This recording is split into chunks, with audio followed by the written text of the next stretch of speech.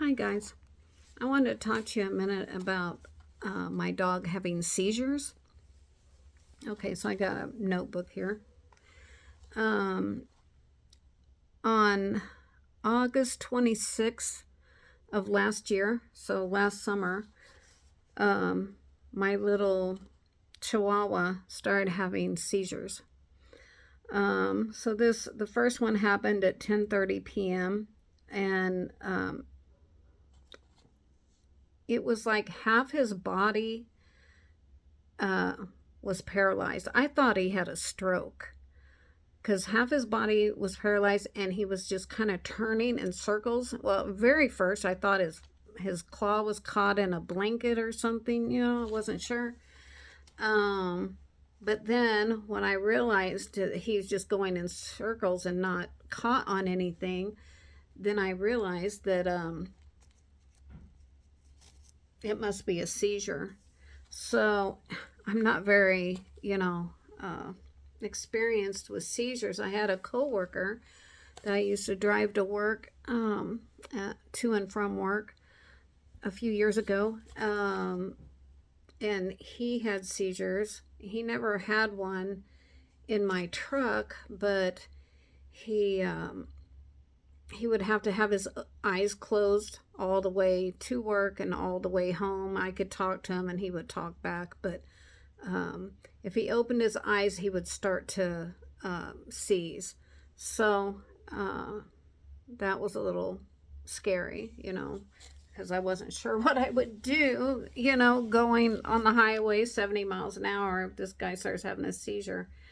But luckily that didn't ever happen. Um, and then I saw one other dog have a seizure one time when I went to the Golden Retriever rescue and I got my last Golden Retriever. And this dog was there and had a seizure. It was so bad that one of my daughters started crying. I don't know, she thought it was dying or something, but it was just having a seizure. And I want to talk about it because I've never really read a lot about it. I haven't really talked to anybody that has any real experience with seizures. And I'm sure in humans and animals they're probably pretty similar. Um, okay, so let's keep going. On the next day, on Saturday, the 27th at 10:30 p.m., he had a bigger seizure, and he was on the bed, and we were watching TV. He was on the bed. Everything was calm, nothing happening. And all of a sudden, he started flipping, like rolling fast across the bed. And I was sitting in a chair beside the bed. And it happened so fast. I was such in shock that I couldn't catch him. He fell on the floor under a table and he kept flipping and flipping and flipping. I got him out, got him in the middle of the room, and then it took him, I don't know, he seemed out of it for a, a few minutes, and it's very scary. So I just kind of wanted to raise a little awareness about this because if you're just, he's 16 years old. I would have thought if he was going to have seizures, it would be, way before now, not now. Um, so it was shocking to me.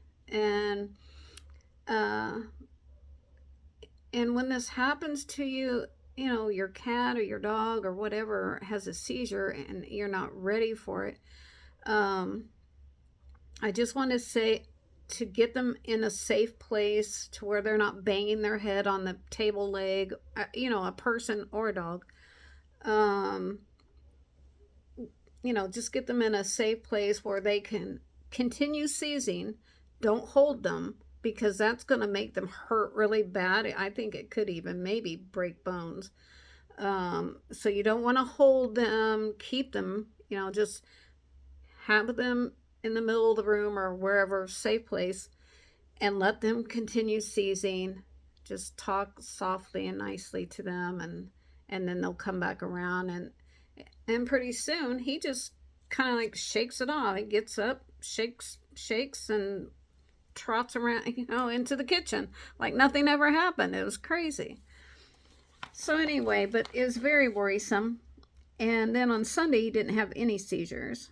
No seizures on Monday, but we took him to the vet on Tuesday. That was as soon as we could get him. Or no, it was Wednesday, it looks like.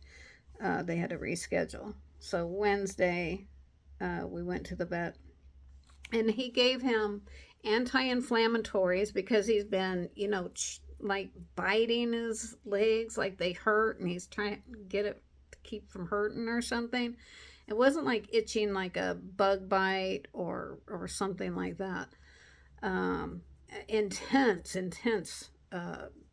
biting. So the vet said inflammatories for that, and the anti-seizure. So he takes anti-seizure in the morning and at night. He takes the anti-flam in late afternoon. So at first the vet didn't tell us not to give it to him together. So when we got home, we gave him both medicines. Well, that wasn't a good thing to do because then his breathing got shallow, and that really scared me for the next couple of hours. And it was already nighttime then, so I couldn't call the vet or anything. And so anyway, if you have a pet that has seizures, I just want to say don't give the anti-flam and anti-seizure together. Give it, 4 to 6 hours or something apart, or more if you can. But anyway, since then he's been doing really, really good. I have a diary here because when we go back to the vet, I wanted to be able to show it when he had a mini seizure, when he had a bigger seizure, what's going on. So let me see if there's anything. Yeah, it was, labored breathing. This was at night. So anyway, but since then, he's only had, I think, one little mini seizure, and we took him a walk around the block. He usually walks around the block just fine, but this one time we were almost home and he started seizing. So he had a little mini seizure then. But since then, nothing. So the medicine really works. It really works well, and with the anti-inflammatory, he's no longer biting at his legs like that. He's still a little bit itchy, like he'll itch his side or something, but we give him a bath probably twice a month, which is maybe too much. I don't know. And it's winter time, so his skin is probably dry and things like that. So anyway, I think that's all I wanted to say about it. I just if anybody's having their pet with a seizure, you just got to watch out for it, even in later life. I would have thought for sure if he was going to have seizures, it would have been, when his puppyhood or a little bit older. I always thought if you had seizures, you had them your whole life. But since then, I've learned that's not true. So why he started having them this late in life, I have no idea, because he hasn't had a lot of stress in the last couple years. We've moved around a few times, so he has been stressed out at different times. But the last probably 2.5 years we've been here, and we haven't moved.